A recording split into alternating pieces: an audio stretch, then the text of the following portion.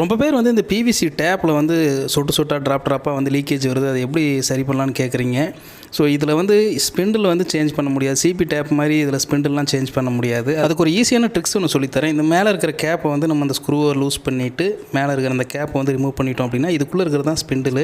இந்த ஸ்பிண்டில் பார்த்தீங்கன்னா பிவிசி டேப்பில் ஒவ்வொரு மாடலில் இருக்கும். ஸோ இதில் வந்து பார்த்தீங்கன்னா ஒரு பெரிய நட்டு மாதிரி இருக்கும். இந்த நட்டை லூஸ் பண்ணிவிட்டு இப்படி இழுத்தீங்க அப்படின்னா வெளியில் வந்துடும். இதில் இருக்கிறீங்களா அந்த ப்ளூ கலரில் லப்பர் புஷ் மாதிரி, அதுதான் இதில் மெயினான பார்ட்டு. இந்த லப்பர் புஷ் வந்து தேஞ்சிருச்சோ இல்லை அதுக்குள்ளே டஸ்ட் ஏதாவது சிக்கிருச்சு அப்படின்னா உங்களுக்கு வந்து லீக்கேஜ் வந்து வர செய்யும். ஸோ இந்த லப்பர் புஷ் வந்து நம்ம வேறு பழைய டேப் இருந்துன்னா கூட சேஞ்ச் பண்ணிக்கலாம். அப்படி இல்லை அப்படின்னா இதிலே ஃபிக்ஸ் பண்ணிவிட்டு நம்மக்கிட்ட டப்லான் டேப் இருக்கு இல்லைங்களா, அந்த டப்லான் டேப்பில் இந்த லப்பர் வாசரில் இது மாதிரி நல்லா டைட்டாக சுற்றிட்டு ஸோ நம்ம எப்படி கழட்டணுமோ அதே மாதிரி வந்து ஃபிக்ஸ் பண்ணிக்கலாம். கொஞ்சம் கூட லூஸ் இல்லாமல் கட்டிங் டேட் போட்டு நல்லாவே டைட் பண்ணிக்கணும். லூஸ் இருந்தது அப்படின்னா மறுபடியும் லீக்கேஜ் ஆக வாய்ப்பு இருக்குது. ஸோ நல்லா டைட் பண்ணிக்கங்க. டைட் பண்ணதுக்கப்புறம் நான் மவுத்தில் செக் பண்ணி காட்டுறேன் பாருங்கள்.